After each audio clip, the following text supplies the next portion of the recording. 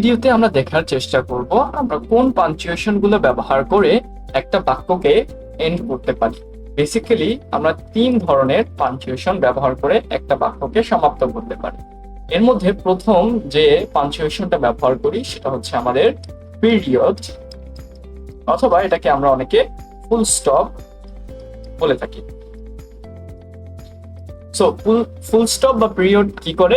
এটা হচ্ছে আমরা standard ending for a sentence হিসাবে ব্যবহার করি, অর্থাৎ স্বাভাবিক কোনো বাক্যে এন্ড করার জন্য আমরা এই পিরিয়ড বা ফুল স্টপকে ব্যবহার করি, অর্থাৎ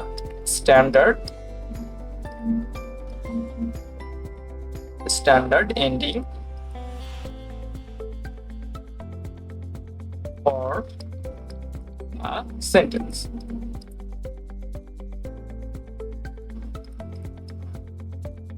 ওকে, সো আমরা একটা উদাহরণ দেখি। যেমন আমি বললাম মাই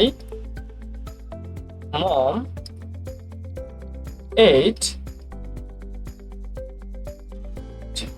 cookie।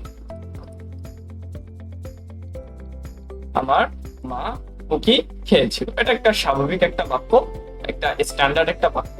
এটাকে এন্ড করার জন্য আমরা পিরিয়ড বা ফুল স্টপের ব্যবহার করলাম। এখন দ্বিতীয় যে পাঞ্চুয়েশনটা আছে যার মাধ্যমে আমরা সেন্টেন্সকে এন্ড করতে পারি সেটাকে আমরা বলি exclamation mark.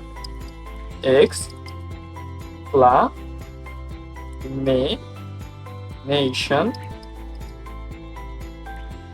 Mark. Okay, so explanation মার্কটা কি? এক্সপ্লানেশন মার্ক হচ্ছে যখন আমার কথার মধ্যে এক্সাইটমেন্ট বা আমার বাক্যের মধ্যে এক্সাইটমেন্ট প্রকাশ পাবে তখন এই মার্কটাকে আমরা ইউজ করি।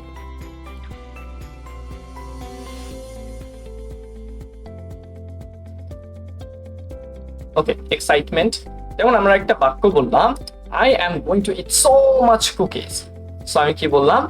I am going to eat so much cookie. এটা যদি আমার একটা সাধারণ বাক্য হইতো তাহলে আমরা ফুল স্টপ হিসাবে এটাকে ব্যবহার করতে পারতাম, বাট আমার কথা বলার মাধ্যমে এখানে একটা এক্সাইটমেন্ট প্রকাশ পাইছে। যেমন আমি বলছিলাম I am going to eat so much cookies. যখন আমার বাক্যে বা আমার কথার মাধ্যমে একটা এক্সাইটমেন্ট প্রকাশ পায় আমি বাক্য শেষে এক্সপ্লানেশন মার্কটা ইউজ করতে পারি। আমরা মাঝে মাঝে দেখতে পাই এক্সক্লামেশন মার্কের পূর্বে আমরা ইন্টারজেকশনের ব্যবহার দেখতে পাই। যেমন আমি বললাম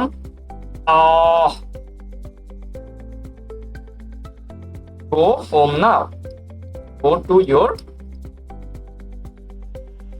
home now, তোমার বাড়ি যাও, তোমার বাড়ি যাও। এখানে বা ইন্টারজেকশন যেগুলো আছে সেগুলোর মাধ্যমে আমার গুড বা ব্যাড এক্সাইটমেন্ট প্রকাশ পেতে পারে। গুড বা ব্যাড এক্সাইটমেন্ট প্রকাশ পেতে পারে। যখন আমার গুড বা ব্যাড এক্সাইটমেন্ট প্রকাশ পাবে সেটার মাধ্যমেও আমি একটা এক্সপ্লানেশন মার্ক দিব এবং পরের যে সেন্টেন্সটা আছে সেটাকে আমরা একটা এক্সপ্লানেশন মার্কের মধ্যে আবদ্ধ করব। সর্বশেষ যে আমাদের পাঞ্চুয়েশনটা আছে সেটা হচ্ছে আমাদের কোশ্চেন মার্ক।